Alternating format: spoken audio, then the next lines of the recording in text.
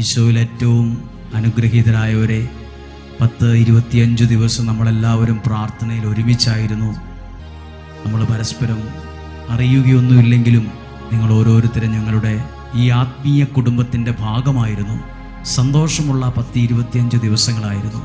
ദൈവം തൊട്ട അനുഭവങ്ങൾ, ദൈവം പ്രാർത്ഥന സ്വീകരിച്ച നന്മകൾ, അതൊക്കെ അനുഭവിച്ച ചില നല്ല അനുഭവങ്ങൾ നൽകിയ ദിവസമായിരുന്നു.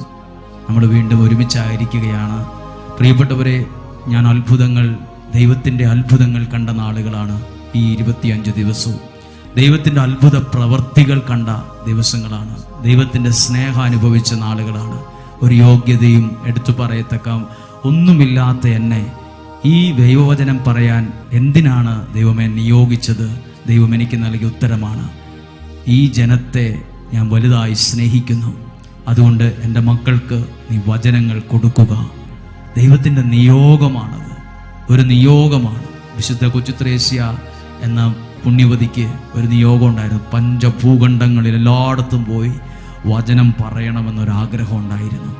ആ ഒരു ആഗ്രഹം ശരിക്കും ദൈവം ഒരുക്കി സാധിപ്പിച്ചു തന്നതുപോലെ തോന്നാറുണ്ട്. എവിടെയും പോകാതെ ഈ ഒരു പ്ലാറ്റ്ഫോമിൽ നിന്നുകൊണ്ട് എത്രയോ രാജ്യങ്ങളിൽ, കുടുംബങ്ങളിൽ ദൈവവചനം എത്തിക്കാൻ സാധിച്ചില്ലേ? അതിന് ദൈവത്തോട് വലിയ നന്ദി അറിയിക്കുകയാണ്. ഇത് സഹകരിച്ച നിങ്ങളോട് ഹൃദയത്തിൽ നിന്ന് ഒത്തിരി നന്ദി, ഒരുപാട് നന്ദി. നമ്മൾ ഇന്ന് 26ാമത്തെ ദിവസമാണ്. നമുക്ക് നന്ദി നിറഞ്ഞ ഹൃദയത്തോടെ നമ്മൾ ഇന്നലെ കേട്ട അതേ സങ്കീർത്തനമായി ഇന്നും കേൾക്കുന്നത്. സങ്കീർത്തനം 107-ാം അധ്യായമാണ്. ആ വചനത്തിലേക്ക് നമ്മുടെ നിയോഗവും പ്രാർത്ഥനയെല്ലാം ചേർത്ത് വെച്ച്, പ്രിയപ്പെട്ടവരെങ്ങനെയേലും എൻ്റെ കാര്യം നടന്നു കിട്ടാൻ വേണ്ടിയുള്ളതല്ല, എൻ്റെ ജീവിതത്തെ, എൻ്റെ പ്രാർത്ഥന, എൻ്റെ സങ്കടത്തെ എൻ്റെ ദൈവവചനത്തോട് ഞാൻ ചേർത്ത് വയ്ക്കുന്ന പ്രാർത്ഥനയാണ്. അതൊരു ബിസിനസ് മൈൻഡ് അല്ലത്, അതൊരു ദൈവീകമായ ബന്ധമാണ്. അതിൻ്റെ ഒരു അടയാളമാണ്. അല്ലാതെ എൻ്റെ ഒരു കാര്യം നടക്കാൻ വേണ്ടിയല്ല. എൻ്റെ ദൈവത്തോട് ഞാൻ സങ്കടം പറയുകയാണ്. എൻ്റെ അവസ്ഥ ഇത്, എൻ്റെ വീടിങ്ങനെ, എൻ്റെ മക്കളിങ്ങനെ, എൻ്റെ ഭാവി എല്ലാം പറയാം. ദൈവത്തോടല്ലാതെ പിന്നെ ആരോട് പറയും? പറഞ്ഞ ദൈവവചനത്തോട് ജീവിതം ചേർക്കുക. നമുക്കൊന്ന് നന്ദി പറയാം. ഹല്ലേലൂയ. കർത്താവേ, കേട്ടുകൊണ്ടിരുന്ന 20 ദിവസങ്ങൾ ഞങ്ങളുടെ കൂടെ ആയിരുന്ന ഞങ്ങളുടെ പ്രിയപ്പെട്ടവരെ, ഞങ്ങളുടെ കുടുംബാംഗങ്ങളെ, ഞങ്ങളുടെ ബന്ധുമിത്രാദികളെ, ഞങ്ങളുടെ പ്രിയപ്പെട്ടവരെ, യുവതി യുവാക്കൾ, മാതാപിതാക്കൾ, കുഞ്ഞുങ്ങൾ, മറ്റു മതത്തിലുള്ളവരുണ്ട്, അവരെയും ഞങ്ങൾ ചേർത്ത് വെച്ച് പ്രാർത്ഥിക്കുന്നു. സഭാവ്യത്യാസമന്യേ ഒരു കുടുംബം പോലെ ഇരുന്ന ആ വചനം കേട്ടെ. യേശുവിൻ്റെ മുമ്പിൽ വ്യത്യാസങ്ങളും തരം വ്യത്യാസങ്ങളും ഇല്ല. യേശുവിൻ്റെ മുമ്പിൽ എല്ലാവരും ഒന്നാണ്. വലിയൊരു മനസ്സോടെ ആ വചനം കേട്ട് പ്രാർത്ഥിച്ചത്. യേശുവെ, നന്ദി പറയുന്നു. ഈ അവസരത്തിന് നന്ദി. നിയോഗ പ്രാർത്ഥന ചൊല്ലാം.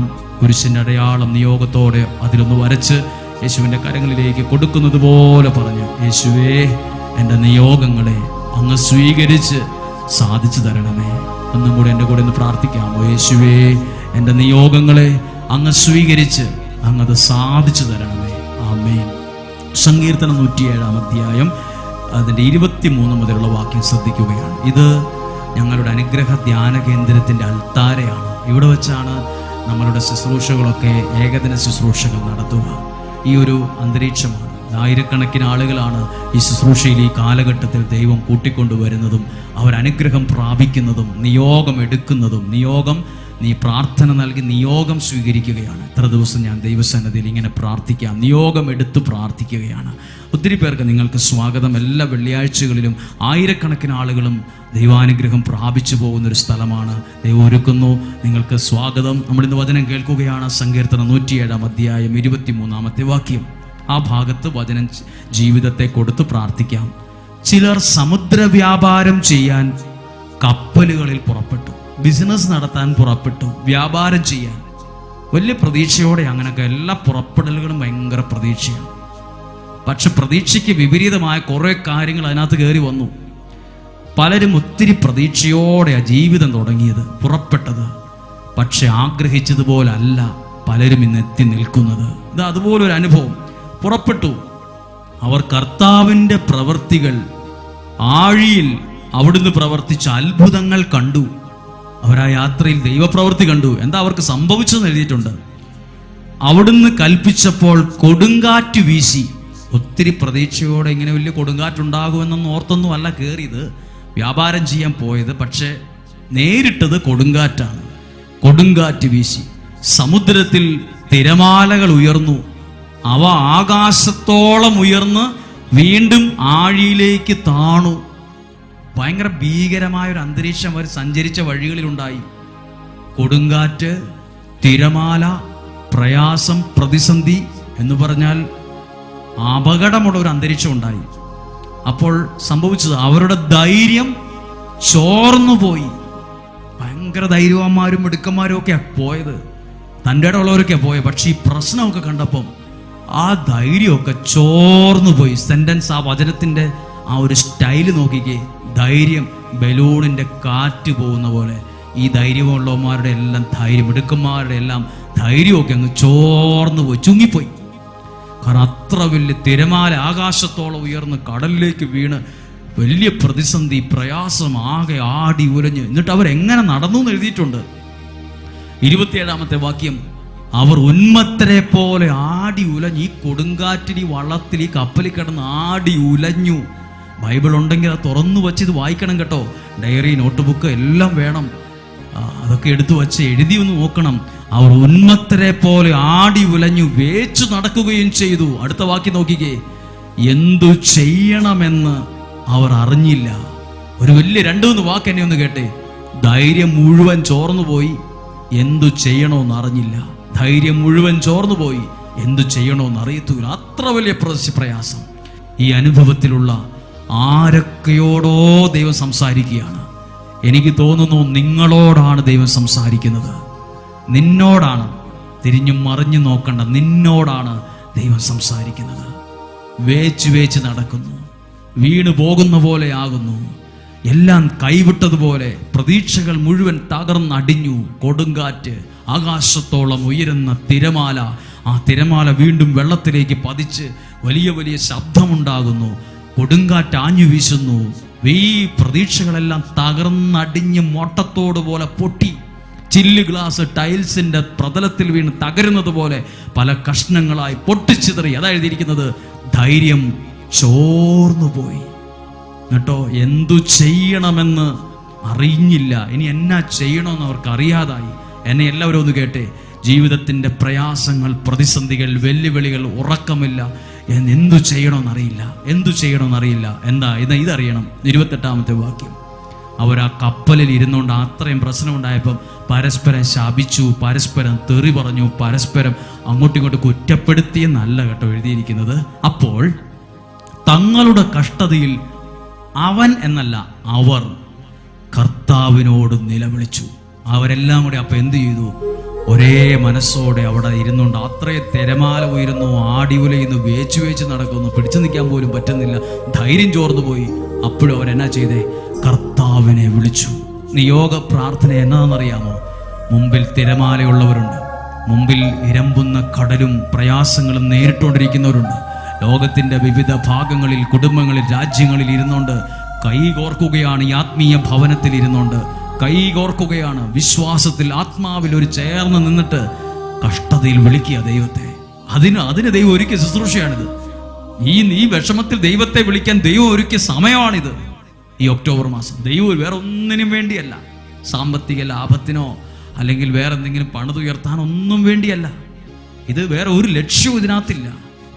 നിങ്ങൾ അനുഗ്രഹിക്കപ്പെടണമെന്ന ലക്ഷ്യമുള്ളൂ. നിങ്ങൾ ദൈവവചനത്തിലൂടെ രക്ഷപ്പെടണമെന്നൊരു ലക്ഷ്യമുള്ളൂ. നിങ്ങളിലൂടെ അനേകർ ദൈവവചനം അറിയാൻ ഇടവരണമെന്ന ലക്ഷ്യമുണ്ട്. സാമ്പത്തികമായ ലാഭം ഇതിൻ്റെ ലക്ഷ്യമല്ല. നിങ്ങളുടെ ആത്മാവിൻ്റെ രക്ഷയാണ് ഇതിൻ്റെ ഒരു ലക്ഷ്യം. നിങ്ങളുടെ പേര് സ്വർഗത്തിൽ എഴുതപ്പെടണം. നിങ്ങളുടെ ആത്മാവ് നിത്യജീവൻ കിട്ടണം. നിങ്ങളുടെ കുടുംബം അനുഗ്രഹിക്കപ്പെടണം. ഇതൊക്കെ ഞങ്ങളുടെ ലക്ഷ്യമാണ്. പ്രാർത്ഥിച്ചു. അവർ കഷ്ടതയിൽ അങ്ങോട്ട് വിളിച്ച് പ്രാർത്ഥിച്ചു. അപ്പോൾ ദൈവം എന്തു ചെയ്തു? അവിടുന്ന് അവരെ ഞെരുക്കങ്ങളിൽ നിന്ന് വിടുവിച്ചു. അവിടുന്ന് കൊടുങ്കാറ്റിനെ ശാന്തമാക്കി, തിരമാലകൾ ശമിച്ചു. നിമിഷ നേരം കൊണ്ട് സാഹചര്യം മാറി. എല്ലാം കൈവിട്ടുപോയി എന്ന് പറഞ്ഞ ആൾക്കാരാണ് അതിനകത്തുള്ളത്. ഇപ്പോൾ അതല്ല പറയുന്നത്. പ്രാർത്ഥന ഉയർന്നപ്പോൾ കടല് ശാന്തമായി. പ്രിയപ്പെട്ടവരെ, ജീവിതം ശാന്തമാവും കേട്ടോ. ഇന്ന് വലിയ പ്രക്ഷുബ്ധമായ കലങ്ങി മറിഞ്ഞ് കിടക്കുന്ന കടല് പോലെയാണ് ജീവിതം. വള്ളം ഇറക്കാൻ പറ്റുന്നില്ല, അത്രയും തിരമാല ഇന്ന് കരയ്ക്കടിച്ചു കയറുന്ന പോലെ. എങ്ങനെ ഇറങ്ങുമെന്നൊക്കെ ചിന്തിച്ചുകൊണ്ടിരിക്കുക. ഇതിനെ ശാന്തമാക്കാൻ, ഈ പ്രക്ഷുബ്ധമായ കലങ്ങിയ അവസ്ഥയെ തെളിക്കാൻ നിന്റെ പ്രാർത്ഥനയെ ഉയർത്താൻ പറ്റൂ. നിയോഗ പ്രാർത്ഥന എന്നറിയാമോ? എത്രയോ ആയിരങ്ങളും പതിനായിരങ്ങളും ഒരുമിച്ചിരുന്ന് ദൈവത്തെ വിളിച്ച് എത്രയോ കുടുംബങ്ങളിലും വ്യക്തികളിലുമാണെന്നറിയാമോ ദൈവം ഇതുപോലെ ശാന്തത കൊണ്ടുവന്ന്, സമാധാനം കൊണ്ടുവന്ന്, വിടുതൽ കൊണ്ടുവന്ന്, അത്ഭുതങ്ങൾ കൊണ്ടുവന്നത്. അതിനായി ദൈവം ഒരുക്കിയിരിക്കുന്നൊരു ചെറിയ വഴിയാണിത്. പ്രാർത്ഥിച്ചു. അടുത്തതോ 30-ാമത്തെ വാക്യം, ശാന്തത വന്നതുകൊണ്ട് അവർ സന്തോഷിച്ചു. 3 വചനത്തിന്റെ തൊട്ടുപുറകിൽ പേടിച്ചു, ഇനി എന്നാ ചെയ്യണോന്നറിയത്തില്ല, ഞങ്ങളുടെ ധൈര്യം മുഴുവൻ ചോർന്നുപോയി എന്ന് പറഞ്ഞവരുടെ മുഖത്ത് ഇപ്പോൾ വേറൊരു സംഭവം വന്നു, സന്തോഷം. ദൈവത്തിന്റെ ഇടപെടൽ വരുമ്പം ദുഃഖമൊക്കെ മാറിപ്പോവും കേട്ടോ. ഈ ബന്ധനമൊക്കെ മാറിപ്പോവും. ദൈവത്തോടും ദൈവവചനത്തോടും അടുക്കാൻ തുടങ്ങിയ നിന്റെ മുഖത്തും വരും ഇതുപോലൊരു ചിരി, ഇതുപോലൊരു സന്തോഷം, ഇതുപോലെ ആ മ്ലാനതയും ആ നിരാശയും ആ ഉറക്കമില്ലാത്ത കണ്ണുകൾ അതൊക്കെ മാറും. നിന്റെ മുഖത്ത് വരും ഒരു ശാന്തത, ഒരു സന്തോഷം, ഒരു സമാധാനം. നിന്റെ കുടുംബത്തിൽ ആ ദൈവം കൊണ്ടുവരും. കൊണ്ട് സന്തോഷിച്ചു. എന്നിട്ട് അടുത്ത വാക്യം നോക്കി, അവർ ആഗ്രഹിച്ച തുറമുഖത്തേക്ക് അവിടുന്ന് അവരെ എത്തിച്ചു. അപ്പൊ അവർ തുഴഞ്ഞ് നീന്തി ആ കപ്പലിന്റെ എഞ്ചിന്റെ പ്രവർത്തനം കൊണ്ട് എത്തിയെന്നല്ല, ദൈവം അവരെ എത്തിച്ചു. എവിടെ? ആഗ്രഹിച്ച തുറമുഖത്തേക്ക്. അപ്പൊ നമ്മളൊക്കെ ഒത്തിരി ആഗ്രഹങ്ങളില്ലേ? വീട് ആഗ്രഹിക്കുന്നവരുണ്ട്, ജോലി ആഗ്രഹിക്കുന്നവരുണ്ട്, കുടുംബം ആഗ്രഹിക്കുന്നവരുണ്ട്, ഭാവി ആഗ്രഹിക്കുന്നവരുണ്ട്, സൗഖ്യം ആഗ്രഹിക്കുന്നവരുണ്ട്, എന്തെല്ലാം ഒത്തിരി കാര്യങ്ങൾ. പഠിച്ച് മിടുക്കരാകണം, IELTS പാസ്സാകണം, OET പാസ്സാകണം, ജർമ്മൻ പഠിക്കണം, 100 ആഗ്രഹങ്ങളാ. ആഗ്രഹിച്ച തുറമുഖത്തേക്ക് ദൈവം നിന്നെ എത്തിക്കും. എനിക്ക് നല്ലൊരു സന്തോഷമുള്ള ജീവിതം ഉണ്ടായിരുന്നെങ്കിൽ, എൻ്റെ കുഞ്ഞുങ്ങൾ പഠിച്ച് മിടുക്കരായിരുന്നെങ്കിൽ, എൻ്റെ ജോലി ഒന്ന് ശരിയായിരുന്നെങ്കിൽ, എനിക്കൊരു നല്ല വീടുണ്ടായിരുന്നെങ്കിൽ, എൻ്റെ കുഞ്ഞുങ്ങളുടെ വിവാഹം നടന്നായിരുന്നെങ്കിൽ, ആഗ്രഹിച്ച തുറമുഖത്തേക്ക് ദൈവം നിന്നെ എത്തിക്കും. നിനക്ക് പ്രാർത്ഥന ഉയർന്നപ്പം സിറ്റുവേഷൻ മാറി, സാഹചര്യം ആഗ്രഹിച്ച തുറമുഖത്തേക്ക് എത്തിയെന്നല്ല, എത്തിച്ചു എന്നാണ്. അപ്പൊ അവിടെ പ്രവർത്തിച്ചൊരു കാര്യമുണ്ട്. എത്തിച്ചത് ദൈവമാണ്. എവിടെയെങ്കിലും എത്തുമ്പം എത്തിച്ച ദൈവത്തെ മറക്കുന്ന പലരും, എവിടെയെങ്കിലും ഒക്കെ എത്തുമ്പോൾ പിന്നെ അഹങ്കരിക്കുന്നവരാ പലരും. എത്തിച്ചത് ദൈവമാണ്. പ്രശ്നങ്ങളായിരുന്നു പുറകിൽ, എത്തിച്ചത് ദൈവമാണ്. എന്താ നിയോഗ പ്രാർത്ഥന? അനേകരെ അവരാഗ്രഹിച്ച തുറമുഖത്തേക്ക് എത്തിക്കാൻ ദൈവം ഒരുക്കിയ ശുശ്രൂഷയാണ് നിയോഗ പ്രാർത്ഥന. ഹല്ലേലൂയ. പ്രിയപ്പെട്ടവരെ, നമ്മൾ ഈ നിയോഗ പ്രാർത്ഥന 31-ാം തീയതി അവസാനിച്ചാലും 2024 ജനുവരി 1 മുതൽ ആ മാസം മുഴുവൻ നിയോഗ പ്രാർത്ഥനയുടെ അടുത്ത ഭാഗം ഉണ്ടായിരിക്കും. നിയോഗ പ്രാർത്ഥന നമ്മൾ താൽക്കാലികമായി 31-ാം തീയതി അവസാനിച്ചും അടുത്ത വർഷം ആദ്യ ഒരു മാസം മുഴുവൻ നമ്മുടെ നിയോഗ പ്രാർത്ഥന വീണ്ടും നമ്മൾ ആരംഭിക്കും. അത് നിങ്ങളെല്ലാവരോടും പറയണം, ഒരുങ്ങണമെന്ന് ഓർമ്മിപ്പിക്കുന്നു. നമുക്ക് നിയോഗത്തെ 107-ാം സങ്കീർത്തനത്തോട് ചേർത്ത് വെച്ച്, ഇന്ന് കേട്ട വചനത്തോട് ചേർത്ത് വെച്ച് ഒന്ന് പ്രാർത്ഥിച്ച് ആഗ്രഹിച്ച സ്ഥലത്തേക്ക്, ആഗ്രഹിച്ച തുറമുഖത്തേക്ക്, ആഗ്രഹിച്ച സന്തോഷത്തിലേക്ക്, ആഗ്രഹിച്ച സമാധാനത്തിലേക്ക്, ആഗ്രഹിച്ച വിടുതലിലേക്ക്, ആഗ്രഹിച്ച ആ ഒരു നല്ല കാലത്തേക്ക് ദൈവം നിന്നെ എത്തിക്കും. ദൈവം നിന്നെ എത്തിക്കും. യേശുവേ, എൻ്റെ നിയോഗങ്ങളെ അങ്ങ് സ്വീകരിച്ച് എനിക്ക് സാധിച്ചു തരണമേ. യേശുവേ, എൻ്റെ നിയോഗങ്ങളെ സ്വീകരിച്ച് സാധിച്ചു തരണമേ. പറഞ്ഞ്, യേശുവേ, എൻ്റെ നിയോഗങ്ങളെ അങ്ങ് സ്വീകരിച്ച് എനിക്കിത് സാധിച്ചു തരണമേ. ആമേൻ. ആയിരങ്ങൾ നമ്മുടെ അനുഗ്രഹ ധ്യാന കേന്ദ്രത്തിൽ ഈ വയനാട്ടിൽ ശുശ്രൂഷയിൽ പങ്കെടുത്തുകൊണ്ടിരിക്കുന്നു. നിങ്ങൾക്ക് സ്വാഗതം. വ്യാഴാഴ്ചകളിൽ ഇവിടെ വരാം, താമസിക്കാം. വൈകുന്നേരം ഭക്ഷണവും താമസ സൗകര്യം ഒരുക്കും. വെള്ളിയാഴ്ച ശുശ്രൂഷകളിൽ പങ്കെടുക്കാം. നിയോഗം വെച്ച് പ്രാർത്ഥിക്കാം. നിങ്ങളും ഒരു അത്ഭുതം കാണും. ദൈവം ഒരുക്കിയ ശുശ്രൂഷയാണ്, മറക്കരുത് എന്ന് ഓർമ്മിപ്പിക്കുന്നു. നമുക്ക് ഈശോയുടെ ആശീർവാദം സ്വീകരിക്കാം. നമ്മുടെ കർത്താവ് ഈശോ മിശിഹായുടെ കൃപയും പിതാവായ ദൈവത്തിൻ്റെ വലിയ സ്നേഹവും പരിശുദ്ധാത്മാവിൻ്റെ സഹവാസവും, ഇന്ന് കേട്ട വചനം, വ്യാപാരം ചെയ്യാൻ വേണ്ടി പോയി, പക്ഷേ ഭയങ്കര കാറ്റും തിരമാലയും കൊടുങ്കാറ്റും എല്ലാം കൊണ്ടും ധൈര്യവും ചോർന്നുപോയി. എന്നാ ചെയ്യണമെന്ന് അറിയത്തില്ലാതായി. ആ കഷ്ടതയിൽ പിറുപിറുത്തു, ശപിച്ചു. ഒന്നുമല്ല, അവർ ഒരുമിച്ച് പ്രാർത്ഥിച്ചു. സുഹൃത്തുക്കളെ, കുഞ്ഞുങ്ങളെ, പ്രിയപ്പെട്ടവരെ, കുടുംബാംഗങ്ങളെ, ഒരുമിച്ചൊന്ന് പ്രാർത്ഥിച്ചപ്പോൾ ദൈവം അവരെ വെള്ളത്തിൽ മുക്കിയെന്നല്ല, അവരെ അവിടെ നിന്ന് രക്ഷിച്ചു. ആഗ്രഹിച്ച സ്ഥലത്തേക്ക് എത്തിച്ചു എന്നാണ്. എത്തിക്കും കേട്ടോ. എവിടെയും വഴിക്കിട്ടിട്ട് പോകുന്ന ദൈവമല്ല, എത്തിക്കും. സുരക്ഷിതമായി നിന്നെ എത്തിക്കും. നീ അവിടെ ആഗ്രഹിച്ച സത്യമാണേൽ അവിടെ എത്തും. ആഗ്രഹിച്ച സൗഖ്യം നീ അനുഭവിക്കും. ആഗ്രഹിച്ച വിടുതൽ നീ അനുഭവിക്കും. ആഗ്രഹിച്ച സന്തോഷം നീ എത്തും. ആഗ്രഹിച്ച കുടുംബജീവിതം നിനക്ക് ദൈവം തരും. ആഗ്രഹിച്ച തലങ്ങളിലേക്ക് നിന്റെ മക്കൾ വളരും. എല്ലാ അനുഗ്രഹവും നിനക്ക് തരട്ടെ. ദീർഘായുസ്സും നല്ല ആരോഗ്യവും ദൈവം നിനക്ക് തരട്ടെ. പരിശുദ്ധാത്മാവ് നിങ്ങൾ നിറയട്ടെ. നാളത്തെ ദിവസവും നമുക്ക് പ്രാർത്ഥിച്ചൊരുങ്ങാം. സാധിക്കുന്നിടത്തോളം ആളുകൾക്ക് ഈ വചനം എത്തിക്കണമേ. പലരും ഈ വചനം കേൾക്കട്ടെ. അനേകർ ദൈവത്തെ അറിയാനുണ്ട്, ദൈവത്തിലേക്ക് വരാനുണ്ട്. പരിശുദ്ധാത്മാവ് സഹായിക്കട്ടെ, ഇപ്പോഴും എപ്പോഴും എന്നേക്കും. ആമേൻ. നിയോഗ പ്രാർത്ഥന 33 പ്രാവശ്യം ചൊല്ലി പ്രാർത്ഥിക്കണമേ എന്ന് ഓർമ്മിപ്പിക്കുന്നു. നാളത്തെ ദിവസവും നമുക്ക് ഒരുമിച്ച് കൂടാം. ദൈവം നമ്മെ അനുഗ്രഹിക്കട്ടെ.